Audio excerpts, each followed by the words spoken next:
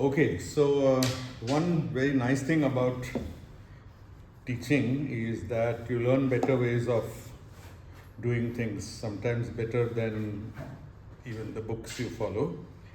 And so actually I got some illumination yesterday about the geodesic deviation equation, which I had not thought of. I thought it was a very standard thing, which it is, but I think I understand it in a better way now. And this better way applies to the theorems that I discussed yesterday. Let me just get rid of this chair.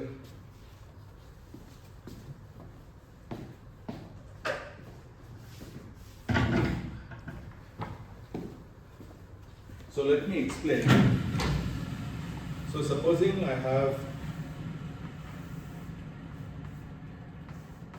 a bunch of smooth time-like curves going from P to Q. Now there are two situations that we like to discuss.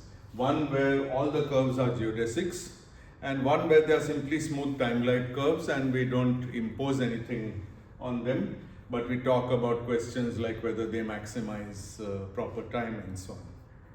So let's assume a general, I don't want to call it a congruence because in people's minds congruence is always geodesic, but it's like a congruence, general family of smooth time-like curves.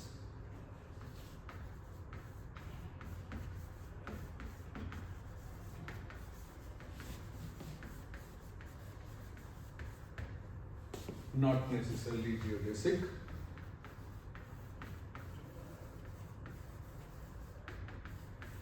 Now what I'll do is I'll denote the tangent vectors to each of these as u mu, and there will also be a deviation vector s mu, and we will choose that u and s have vanishing Lie bracket, which as you remember gave us this equation.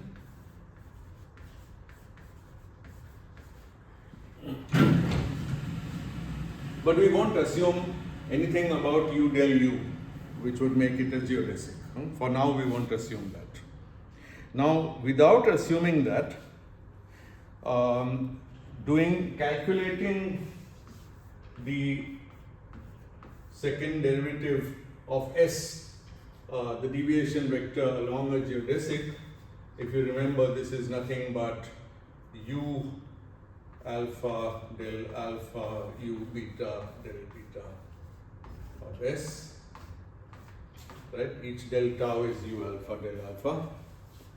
If I calculate this, I find the interesting equation that this minus r alpha mu nu rho, so this is alpha s rho, is equal to s mu del mu of u mu del mu of u alpha. The reason I never derived this equation is that I calculated this is the acceleration of a deviation vector, and I calculated it for a geodesic congruence, and in a geodesic congruence this is 0, okay, but even this is 0, because what does this do? This takes a given geodesic equation and parallel transports it away from that geodesic to a neighboring geodesic along S, but the neighboring thing is also a geodesic, so this is just always 0 in a congruence, okay. So not non-zero in general, and I propose to give this equation a name. We'll call this the deviation identity.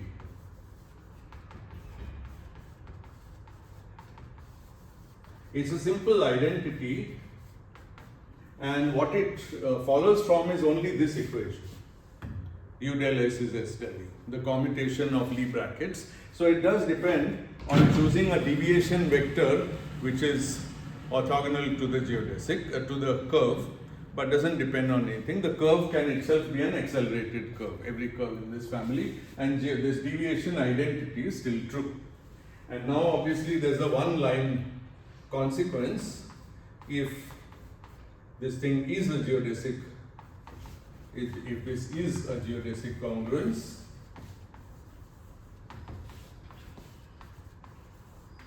so you should go back to the derivation and you'll see that the term we dropped in the derivation was that.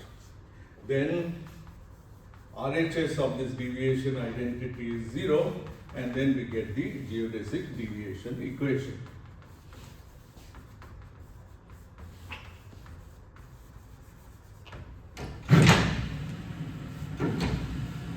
This way of stating things is both very nice and prepares us for something that we now use, and that is the theorem which I stated and proved, almost finished proving yesterday.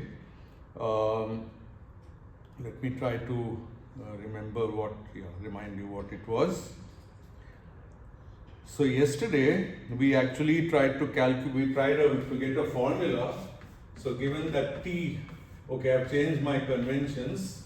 I'm going to consider initial time to be 0 and final time to be tau f instead of tau 1, tau 2, and then t is the total proper time along a finite length curve. And if I want from this to calculate dt ds in a generic family, then as we found yesterday, the answer is by a little bit of manipulation, and again always using that Lie bracket vanishing, we got integral s nu u nu del nu u mu upon u beta. So this thing I call module.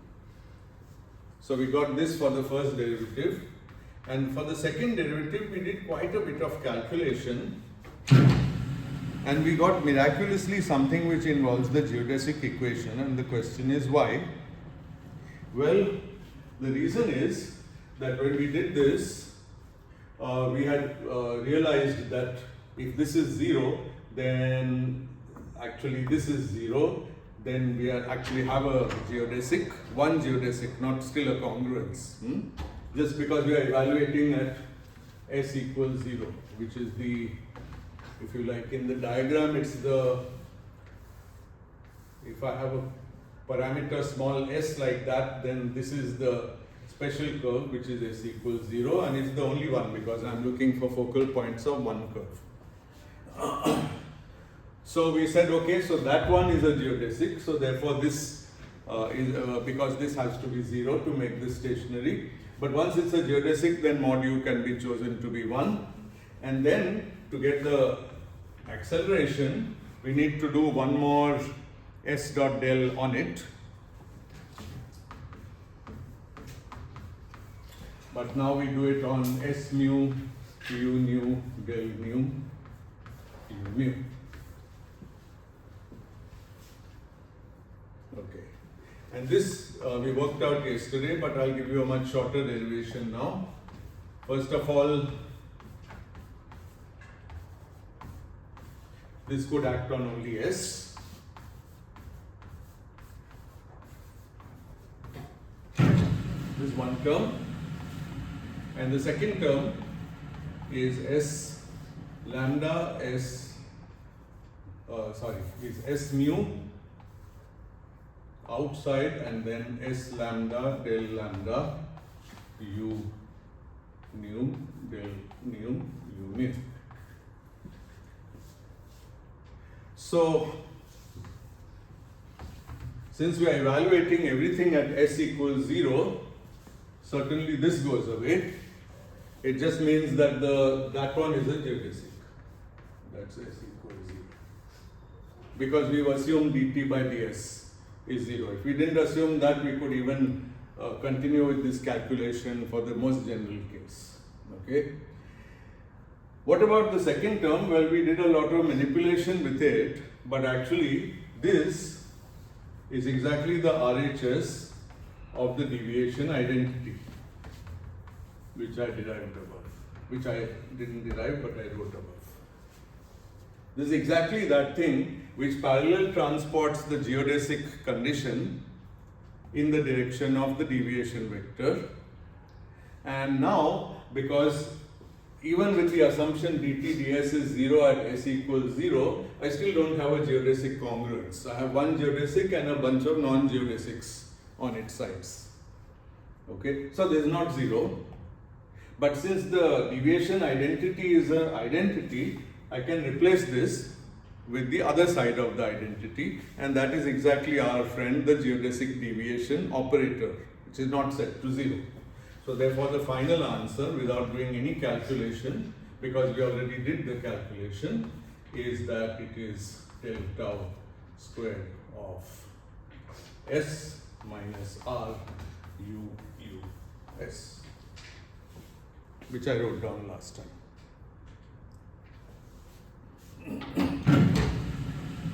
So it becomes a one line, this derivation of the extremizing d tau by extremizing t becomes a one line derivation once we have the deviation identity. And the nice thing is now in our minds we can clearly distinguish all possible cases. The case where nobody in this family is a geodesic, the case where one of them is a geodesic, can we work near that one, and the case where the whole thing is a geodesic congruence are three different cases. Okay. So now we have now I'll give you the proof of a theorem. So we want to prove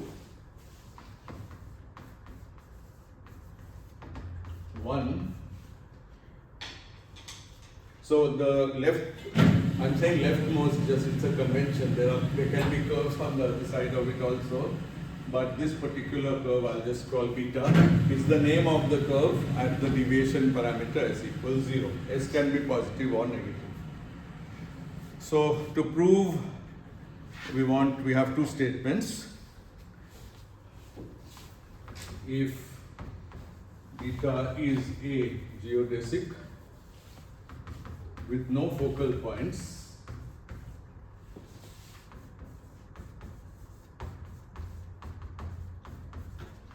between P and Q,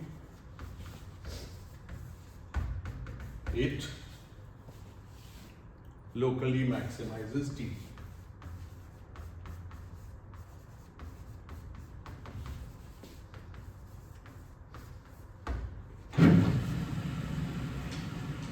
And 2, if beta is not a geodesic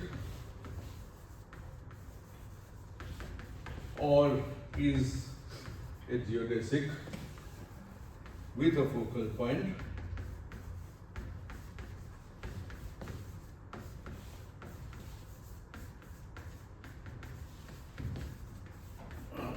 between P and Q, then it does not.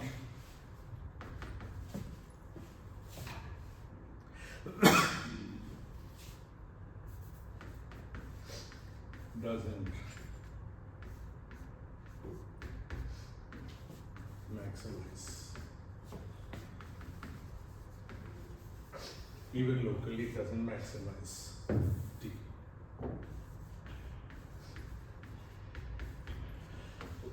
Now 2 is easier to prove, so we'll say 1 and start with 2. 2 itself has two parts.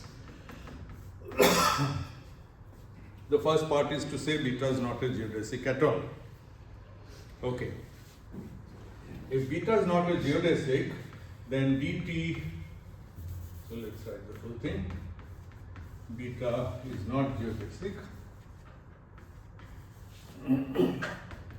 Then dt by ds is not equal to 0. So we can make it positive. How do we do that?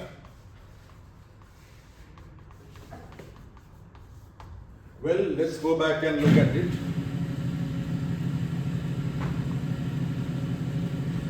It would be nice if this board moved a bit faster, but okay. This is the quantity, dt by ds.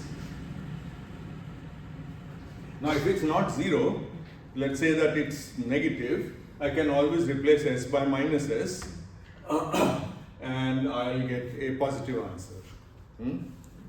So, I can always make it positive, and that means there's some in other words, there's some direction where it will be positive. And if that is so, then obviously it has not maximized proper time. So this is done. Okay. If beta is geodesic with a focal point,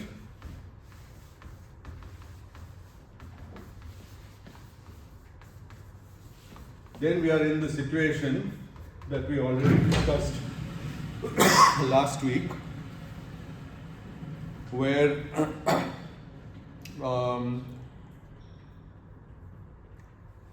we have, so this is my beta, it has a focal point between P and Q, that means there's another geodesic like that. So this is a point P prime.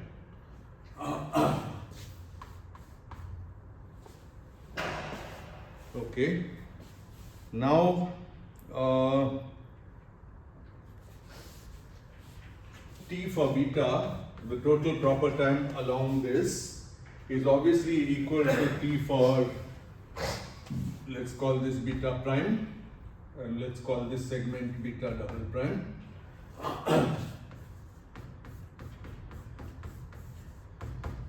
It's just the sum of these, because this much time here, proper time, is the same as that by the statement that both are geodesics, neighboring geodesics, and then that part we just keep common. Okay, so this new curve beta prime, beta double prime added has the same proper time as this. Now,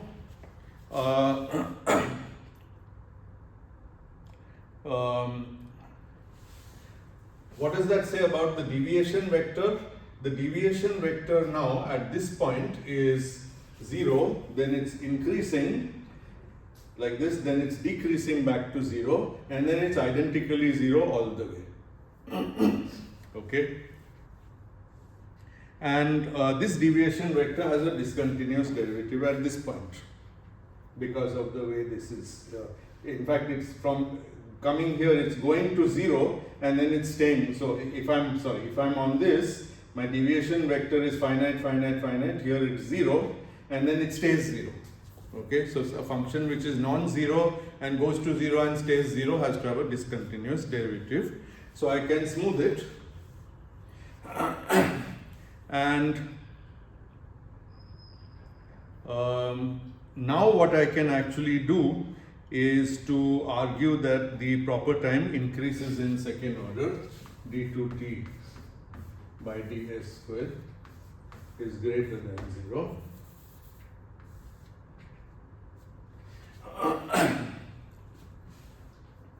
Because I'm actually decreasing the proper time. So actually, even without writing this, I've shown that it doesn't maximize t. So this is the second part of statement 2. Now statement 1 is a little more difficult. 1 says that beta is a geodesic with no focal point. So we assume now beta geodesic and no focal point. And we want to prove that t is maximized. So to prove, so of course this already implies that dt by ds is 0. That we don't have to check. If it's geodesic, that is true. So to prove only d2t by ds squared is now negative, then it will maximize the proper time. Okay. Now here what we do is a trick actually which is quite nice but took me a while to understand. It appears in Hawking and Ellis's book. And it has to do with a matrix that we introduced yesterday. Recall that for the geodesic deviation equation,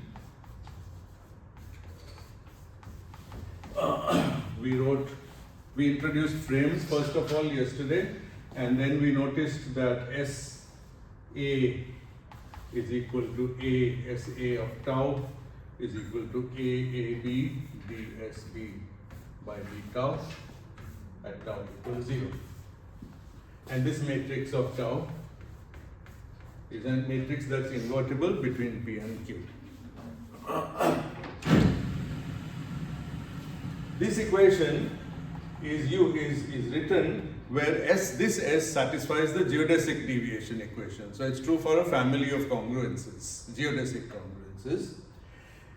But now I'm going to use this matrix for something else, for a family which is not a family of geodesic congruences.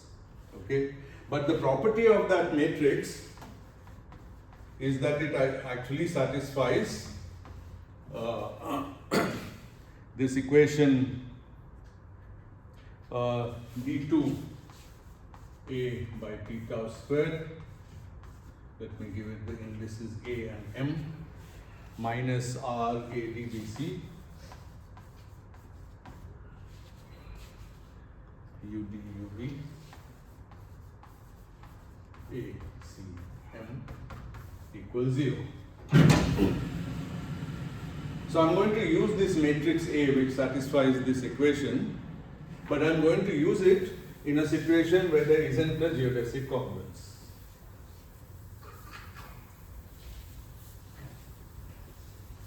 So use it as follows by defining. I should have a better notation maybe, and I might eventually change it, but what I'm going to do is to define SA of tau to be this matrix AAB times a new vector TB. Everything depends on tau. This S is just a deviation vector and it's not a Jacobi vector. So this S doesn't satisfy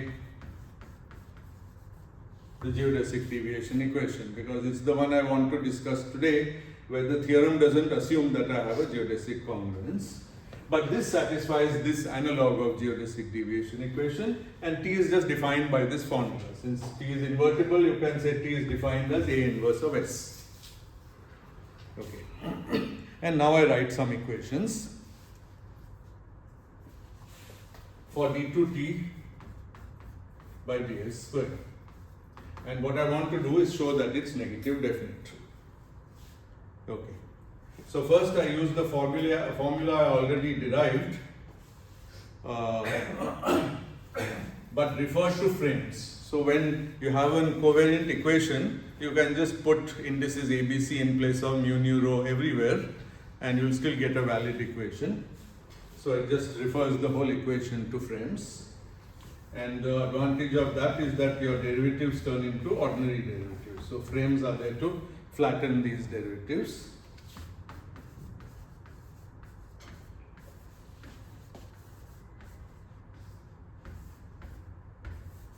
So that's step one. Now I insert that S is the matrix A times T. So here I have A, M, T, M, and then inside I have d2 by d tau squared, A, okay, this was, I'm just going to copy from my notes. This is AM, TM. Oh, this should have been done. Actually, since these are Euclidean indices, it doesn't even matter much if they are up or down. But let's try to be consistent. Minus RADVC UD UB T ACM T. So I've just inserted that S is equal to the matrix A times T everywhere. Now in the next step, what's going to happen is that this second derivative can act both on A or both on T, or one on A and one on T. But if it acts both on A, then Tm is common here and here, and this whole thing vanishes by virtue of the equation satisfied by the matrix A, which is at the top of the board. So I'll drop that term, and therefore there are only the two remaining terms, one where this derivative distributes one here, which comes with a 2 dAam by d tau dTm by d tau, and then plus Aam d2 Tm by d tau squared.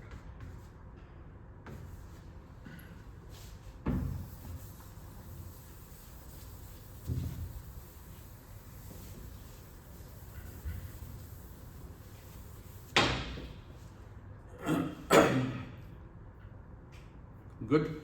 So we used up, so I hope that point was clear, that the second derivatives on A cancel with the last term. So we have this. Now we do one partial integration to get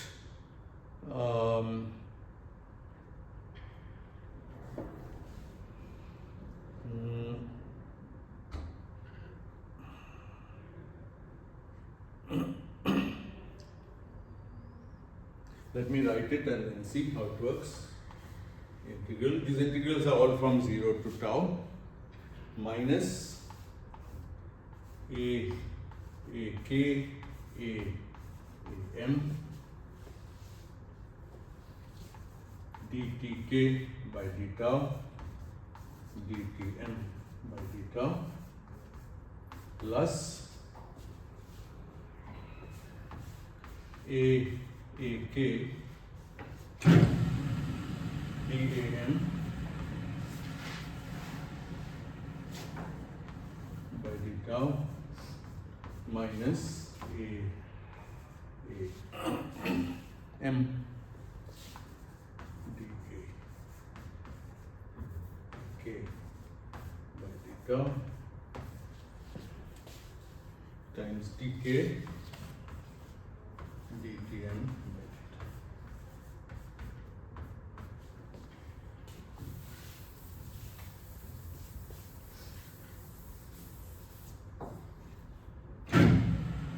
So how did I get this?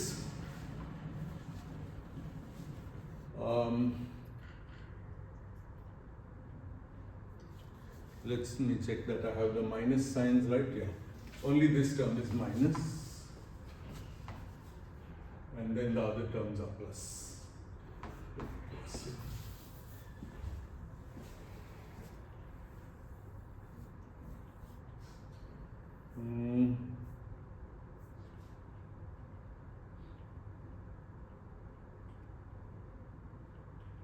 Oh,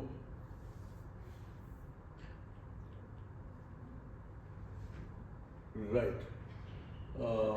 So I take that second derivative on Tm and I integrate it by parts, once on this T, and then once on these A's, and I get this. And the extra term, by when I do an integration by parts, I always get a boundary term, but A vanishes at the endpoints. So that's gone. Okay. Now if you stare at this, you see that this is very nice because this is a negative definite term. Okay, because it's ak dtk by d tau, whole thing squared and summed over A, and A is a Euclidean or space-like index. So that's already done. So we only have to show that the second term is vanishing. But now we have an equation which tells us that, so when we first introduced A, we found this equation that d by d tau of am is b. I hope you remember what b was. So b.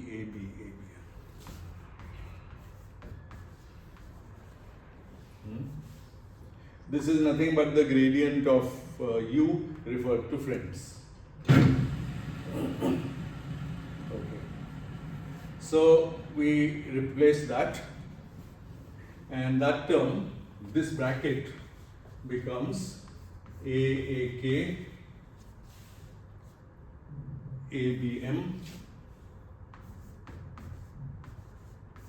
BAB minus BBA. Now remember, what was BAB minus BBA?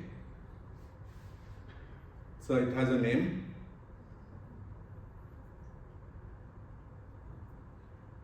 I discussed it even yesterday, apart from many dozen times before. Antisymmetric part of B.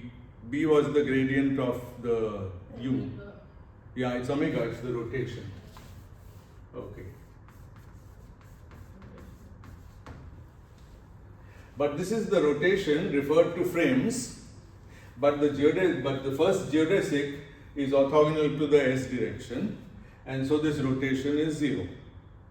Everything here is being evaluated at S equals 0. I should emphasize constantly, but we are looking for the left side of this equation is second derivative of capital T at S equals 0. That means on the leftmost geodesic in my, curve in my picture, which is a geodesic. So this is the rotation, and because of this property of the family that we wrote, this is 0, and I'm done. So finally I've shown that the thing is negative. The second derivative is negative, and this shows that actually we have maximized the proper time locally. Okay. Yeah. Okay. So actually we are done with the most challenging part, and now there's one small thing to do before going on to prove the Hawking singularity theorem.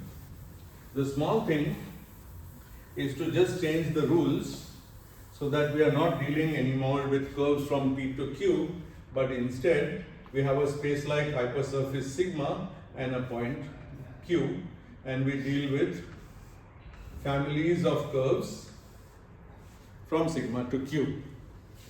Smooth time-like curves and a smooth family. And again, we'll have two kinds of families, the generic family and the geodesic congruence family. Both are there. We'll talk about both because there are theorems for both. Now, one very nice thing, which is a simple exercise, is to realize that this has an extrinsic curvature, that given a hypersurface, I can define an extrinsic curvature. So given a hypersurface and a set of curves that are going normal to it, at this point, all these curves define the normal to the hypersurface, and since these are time-like curves, the normal is really normal. This is not like a null normal, which was very confusing. This is just an ordinary normal.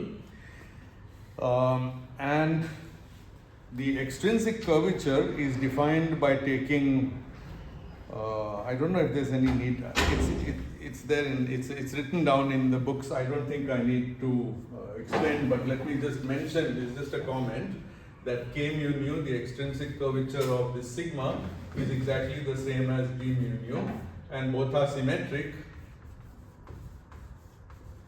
though in principle B need not have been symmetric. They are symmetric because of the vanishing rotation. So it's just a side comment. Okay, so now we give a definition that Q, as in that picture, is a focal point. So now we assume this is a congruence. Later we may generalize.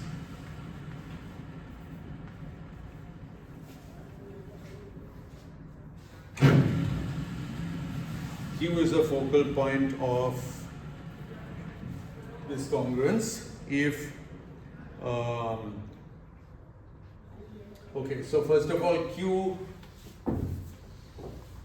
lying on gamma, so pick some geodesic gamma which starts on the hypersurface and ends at Q. It's a focal point of gamma with the obvious definition if a Jacobi vector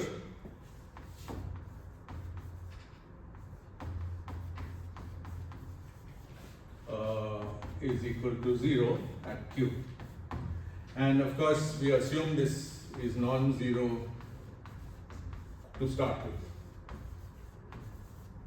So this time the focal point doesn't mean that it's the Jacobi vector is 0 at both ends, but only it's non-zero here and all the way up to there, and over there it goes to 0.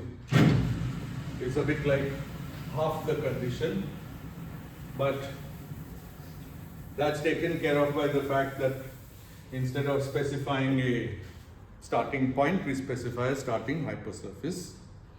And then again we have a theorem which is similar to the, two theorems similar to the ones we proved last time. So theorems. One is, so we consider this hypersurface orthogonal time-like geodesic congruence coming out of a space-like hypersurface, and we assume R rho sigma u sigma is greater than equal to 0 for all time-like geodesics.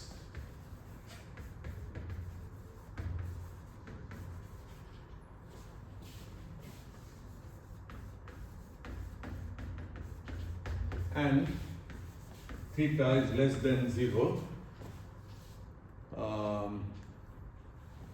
at a point P in sigma. So let's mark that point. This is gamma, that's Q, and this is my point P. The point where gamma hits the hypersurface. Let's assume theta is negative there. And by the way, theta, if you remember, is the trace of B.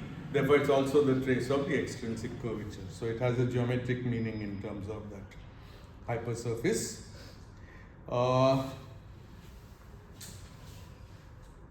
Then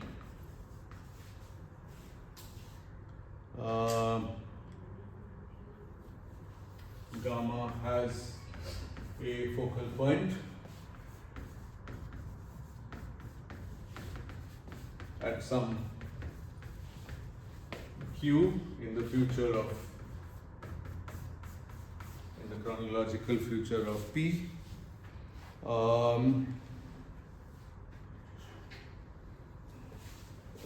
And the time between sigma and Q is less than or equal to B minus 1 upon this value, magnitude of the value of the expansion at P. It's really the same theorem we stated last time, with sigma replacing the original point P.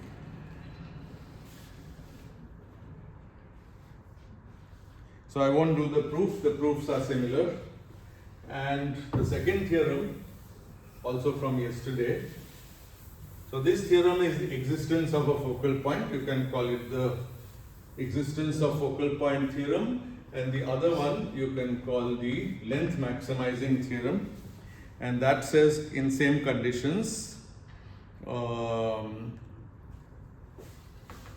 I'm not writing again that we have a hypersurface orthogonal time-like geodesic congruence. I'll just say that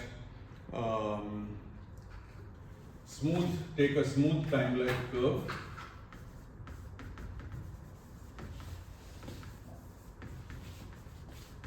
Beta between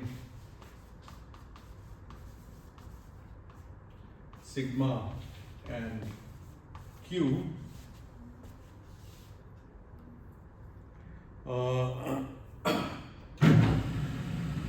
will locally maximize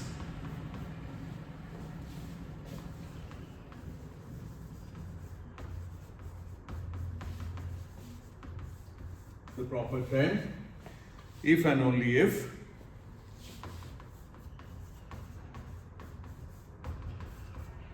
beta is a geodesic.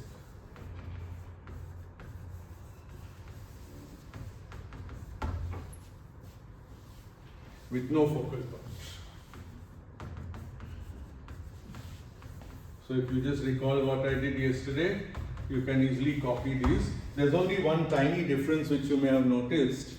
In one, we are assuming theta is less than 0, while yesterday we didn't even have to assume that. We assumed that as long as the Riemann curvature is non-zero, somewhere on the way between P and Q, theta will start to become, we showed that it will start to become negative because of the fact that the shear starts to build up when you start propagating, and once theta is negative, after that the theorem anyway holds.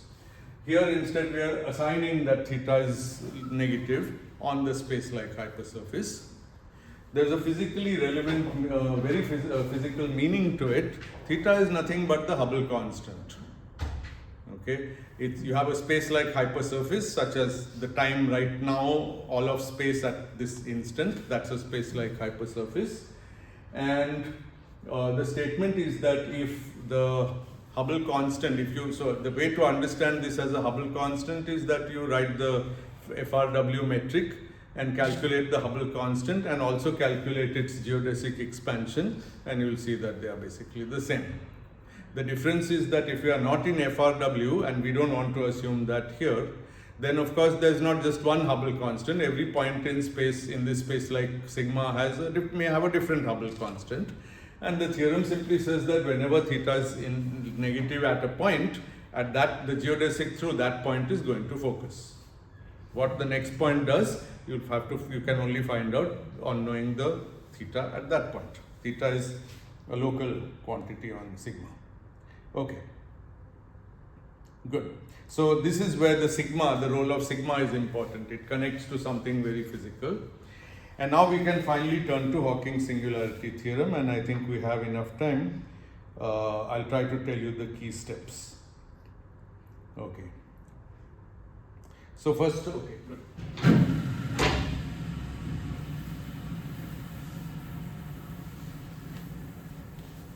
In the process of proving it, we'll use some old results that look very formal from quite many lectures back.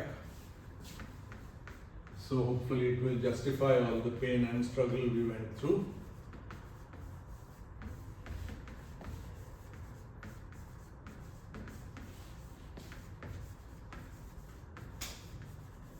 The first thing to do here is to put these quotes around singularity and explain what Hawking means by a singularity. And for that, we'll give a definition.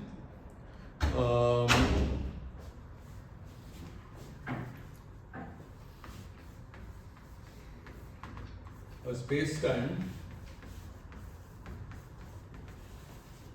is geodesically incomplete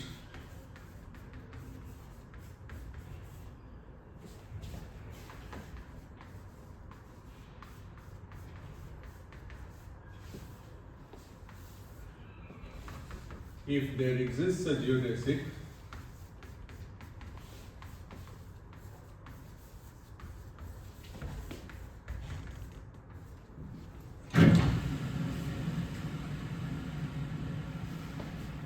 if there exists a geodesic that is at least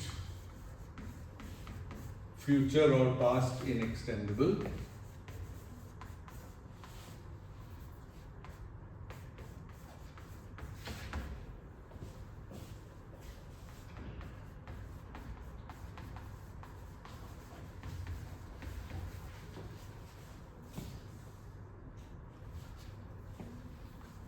but as a finite range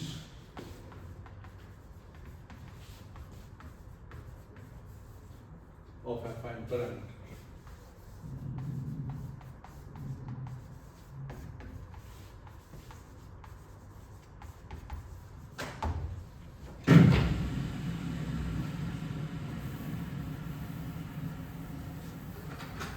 So what one should imagine is that there is a geodesic, let's say it's future inextendable, so it's happily going all the way to plus infinity. But as we try to go to the past, let's say this is us, and in a minute we'll be assuming we are globally hyperbolic, so actually this is a Cauchy hypersurface. So this all goes all the way to infinity, let's say, so it satisfies future inextendable. And in the past, it sort of runs out there. And it doesn't run out in a way which is, that is where the affine parameter goes to infinity and therefore it runs out. It runs out in a finite range of affine parameter. So in a finite amount of proper time. Okay, good. So now there's a theorem that we want to prove. This is Hawking's singularity theorem. I'll write the theorem and then I'll tell you the ingredients that go into its proof. There are still some one or two important but key points which I will describe but may not really go through in too much detail. So theorem. Now Hawking wrote, I think, no less than half a dozen different singularity theorems for the same type of system, because sometimes he assumed globally hyperbolic, sometimes he assumed something weaker like strongly causal, and then there were other conditions, there was sometimes compact Cauchy hypersurface and so on. So I'm only going to do one of Hawking's singularity theorem.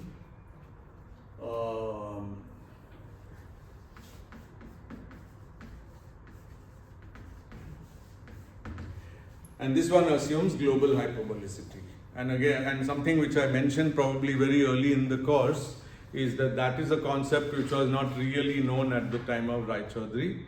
And the theorems that follow from it also obviously were not known. And those theorems are crucial in establishing this theorem. You might say in a way that 90% of the work is the Raychaudhuri, all the analysis we have finished, but you have to add this 10% of work which comes from being globally hyperbolic or something similar. So let's consider a globally hyperbolic space-time. Just to remind you, this is something with a Cauchy hypersurface such that every curve better pass through it, either in the future or in the past. Every causal curve.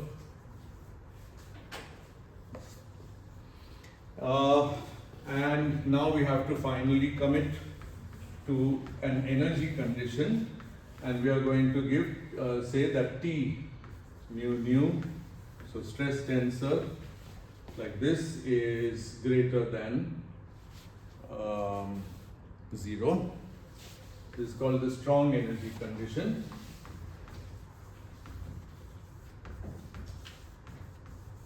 One can spend a lot of time talking about other energy conditions, but this theorem uses this condition.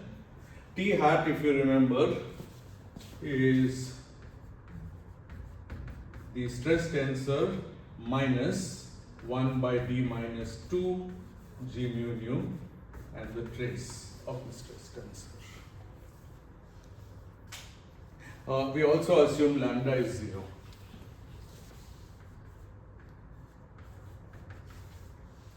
If lambda is not 0, then you can put a condition that a combination of this is positive. But at the time these were developed, lambda was thought to be 0. Okay, so let's consider this space-time. Let theta be greater than 0 everywhere on sigma, which is assumed to be a Cauchy hypersurface.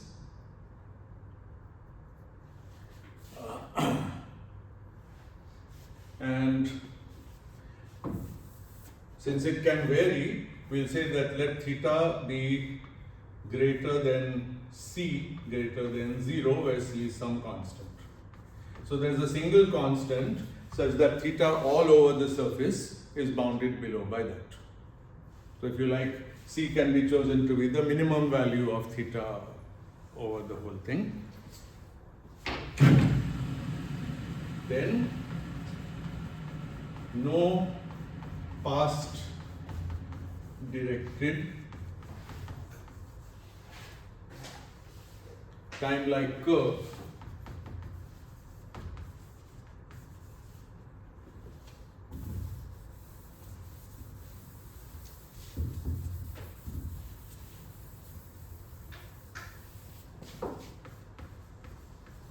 we're not saying geodesic, just no past time-like curve at all can have a proper time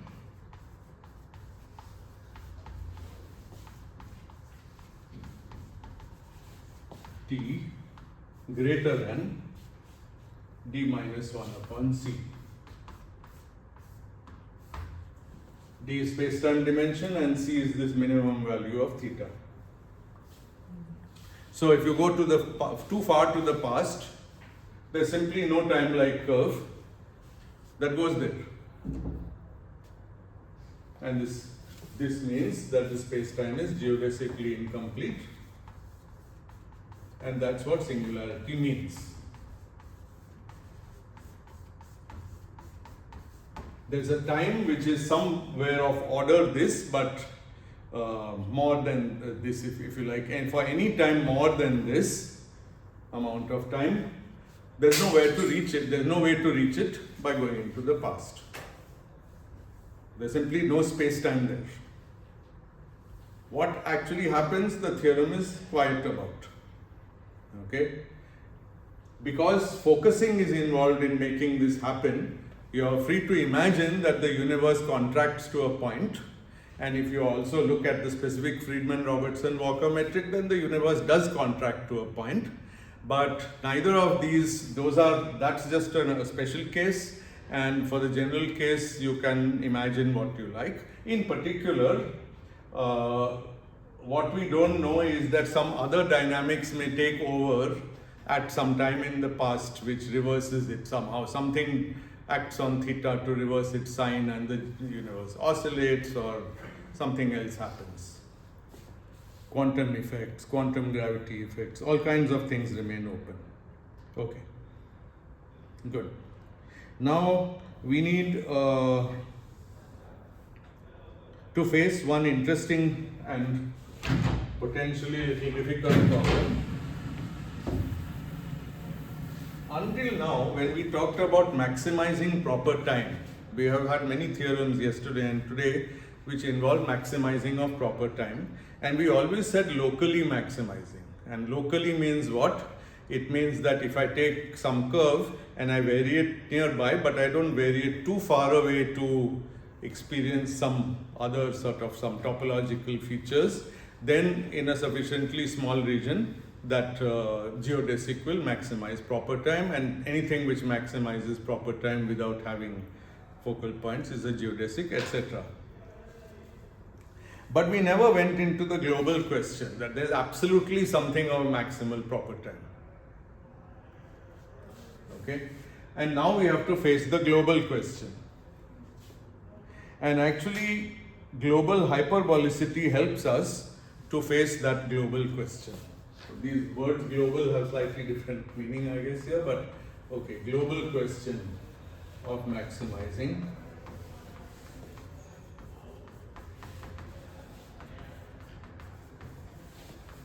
proper time. And I think this is the only question remaining before we can prove Hawking's theorem in a few lines. So for this, let's so we have to address this question.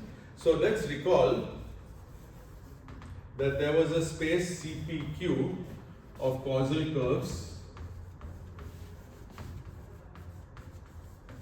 from P to Q in the future of P. P in, we can be general and take Q to be in the causal future of P, because some of these considerations apply in the null case also. So then we showed global hyperbolicity, which was the existence of a Cauchy hypersurface, implies CPQ is compact. And that means that roughly any limit of curves from P to Q has a limiting curve. These are important things because you can imagine situations where there is a limiting sequence and it doesn't converge to a limit, which is in that set, and here the theorem says it does. Okay, and this will help us to address this question, this global question of maximizing proper time. We'll be using compactness of CPQ. So let's first remind ourselves what we know about CPQ, including some properties that probably I didn't emphasize at the time we discussed it, but which are obvious. So CPQ is the space of actually continuous causal curves. So if this is Q and this is P, obviously I wouldn't call this a causal curve because it has a cut, a gap. However, what about this one? With absolutely sharp corners. Well, it's continuous. Its derivatives are discontinuous, but the curve is continuous, so it's in CPQ.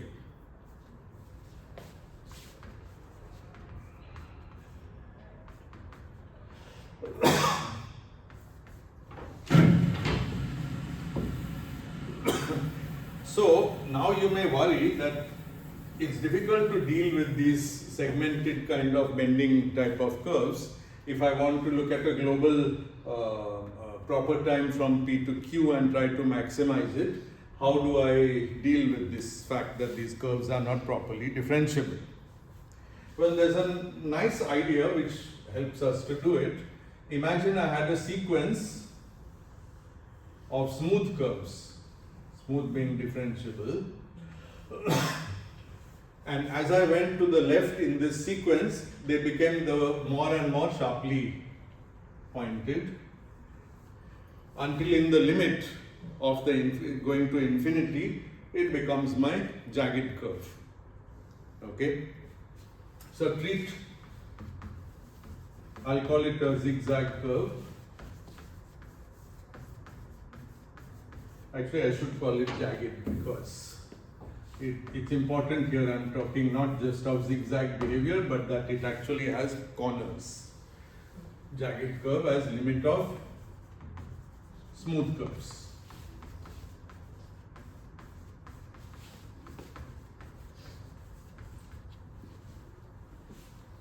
This is a good idea because you can do this. The problem is, what are you going to do once you agree to treat it like this? You're going to define the global maximal proper time for smooth curves and try to take its limit. And here we face a problem. A proper time T for curves in CPQ is not continuous.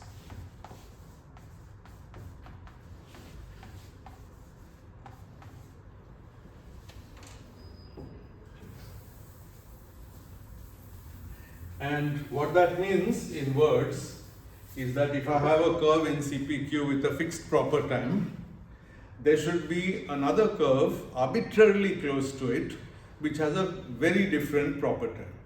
But it should be arbitrarily close and fit in any open set. Okay, so let's try to do that.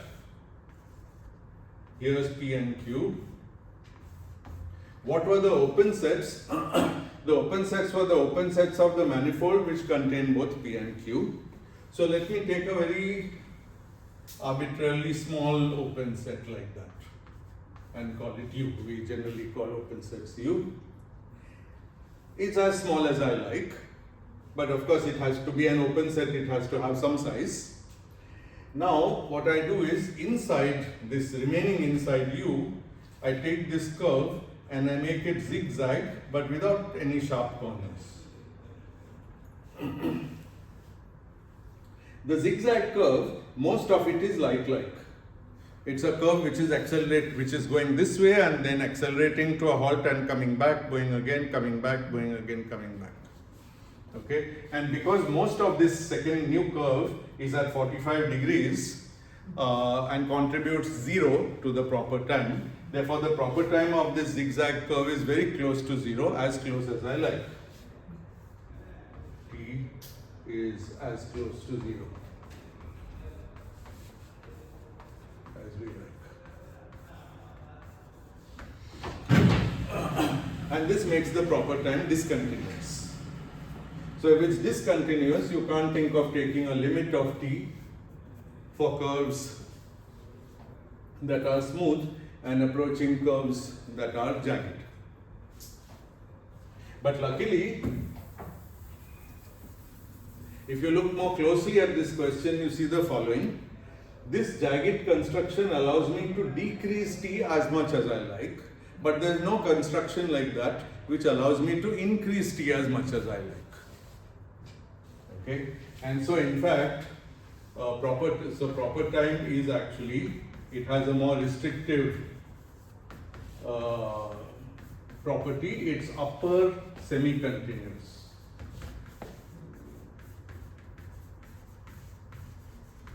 The concept of upper semi-continuous, so first of all, the concept of continuous is that by moving a little bit, my function doesn't jump by an arbitrarily large amount.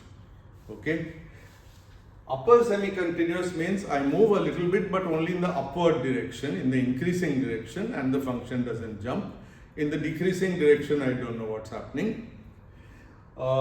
If it is lower semi-continuous, then reverse thing, and if it is both upper and lower semi-continuous, then it's just continuous. So this is half of the continuity requirement, but luckily it's the half that we need. So it says that we cannot arbitrarily increase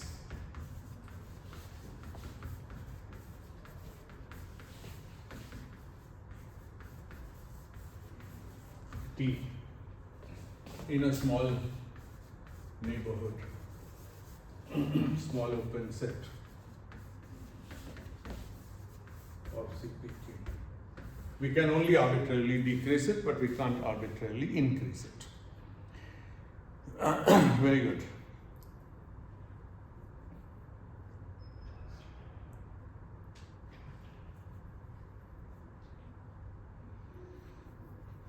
So now we have a couple of small theorems,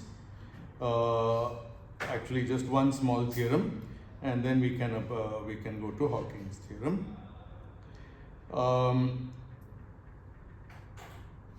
So this statement allows us to define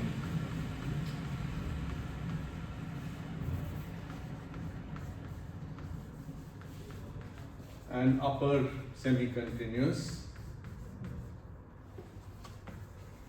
proper time.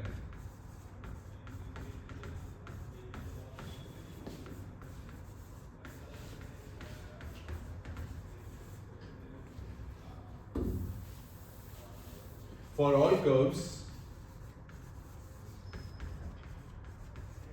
in CPQ. That includes curves which are jagged but still continuous. Okay. Now not so much more to say. One kind of lemma and then the final theorem proof. So the lemma is, or I call it a theorem since I never understood what's the difference between theorem and a lemma. In a globally hyperbolic spacetime,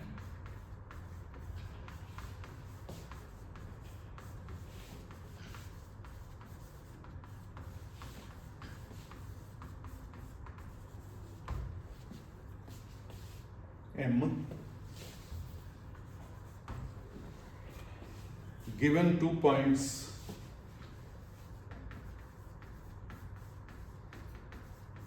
first one I pick arbitrarily, the second one I pick in the causal future of P, there exists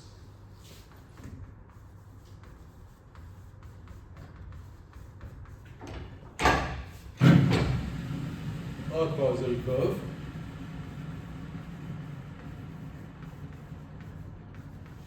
in CPQ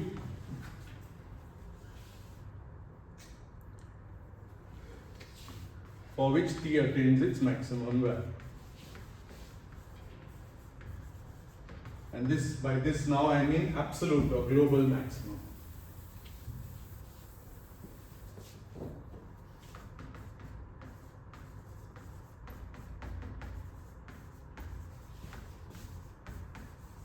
So there is actually a longest time curve from among all possible curves, not just as a limit, but there is actually one curve you can find which maximizes the proper time. And this theorem doesn't yet say that that curve is a geodesic, but if it globally maximizes the proper time, then obviously in its own neighborhood it also maximizes the proper time, so it has to be a geodesic.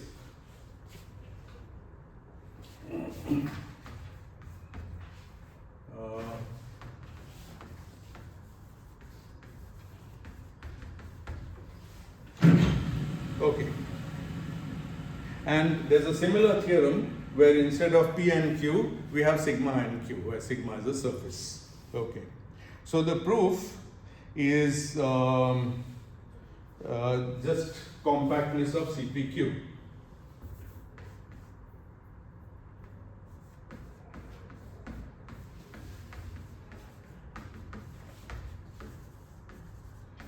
Right. So every sequence of curves tends to a limiting curve.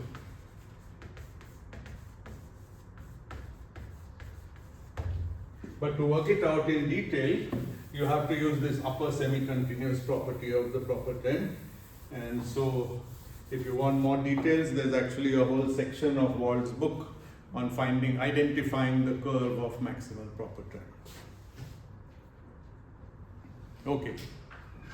Now, finally, proof of Hawking's theorem. Oh, did I write Hawking's theorem at all? Yeah, I did. So proof, yes.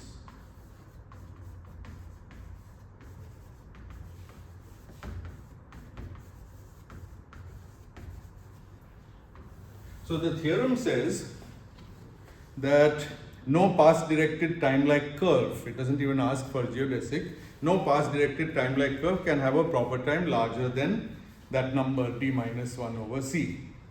So assume the contradiction, we'll get a contradiction.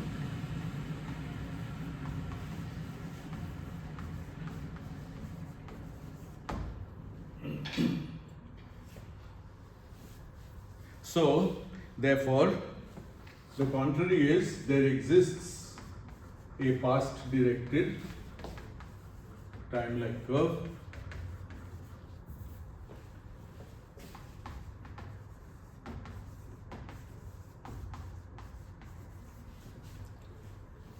from sigma to some point P, which I'll take in the past, but actually since we are globally hyperbolic, yeah, so it's in the, every point P is either in the past or in the future, so this is in the past. Such that T of that curve is greater than d minus 1 over c. Okay.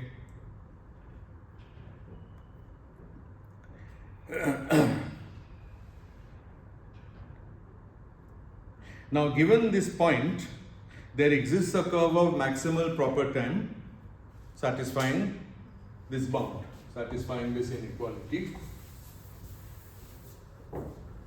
So So there's one curve, there's one past directed time-like curve which just it gives me a proper time greater than this. Then by previous theorems, there exists a curve of maximal proper time.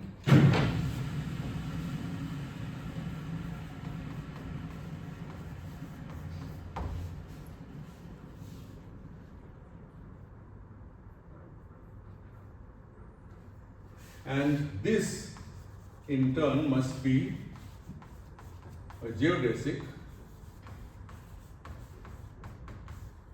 with no focal points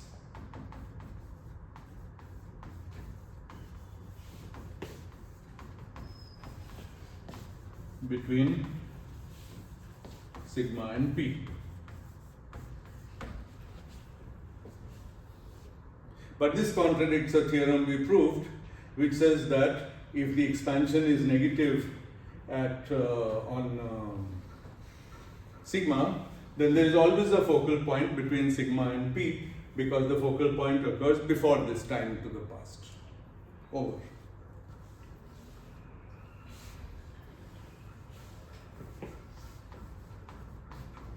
No such geodesic.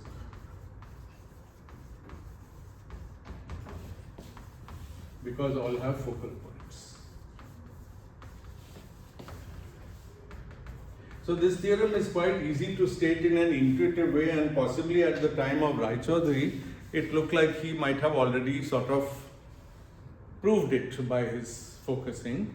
But the following decade involved going into a lot of detail, and again I should mention the name of Gauche along with Hawking, and then Wald, of course, and Penrose. Actually, Penrose inspired this theorem in some way. It's a funny thing that we have been discussing time-like geodesics because those are relevant for cosmology, but Penrose actually started by considering null geodesics because those are relevant for black holes. And the theorem is harder in that case. We'll spend the next many lectures on it.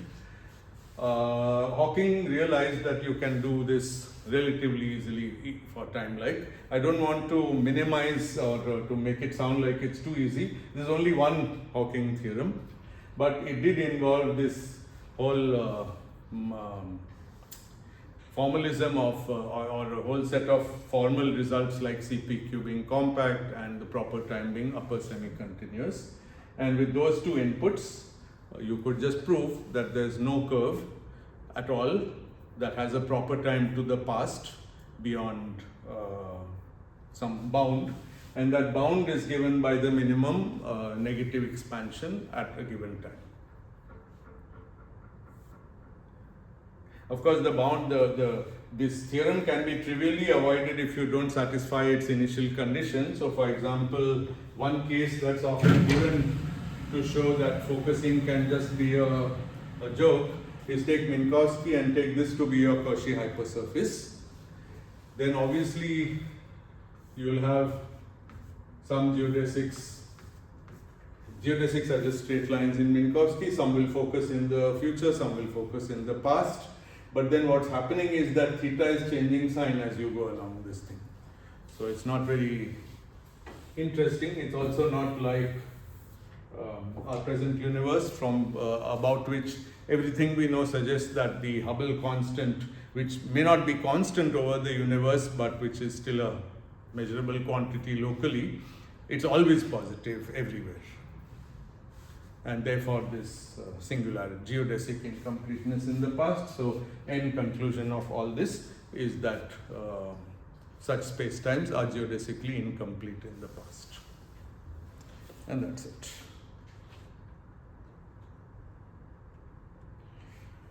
Okay, next Monday we start on null geodesics. And as you can very well guess, the nightmare is that since the length is always zero locally and globally, what on earth are we supposed to maximize or minimize? We just don't have anything other than zero to play with. So we have to be a little smarter.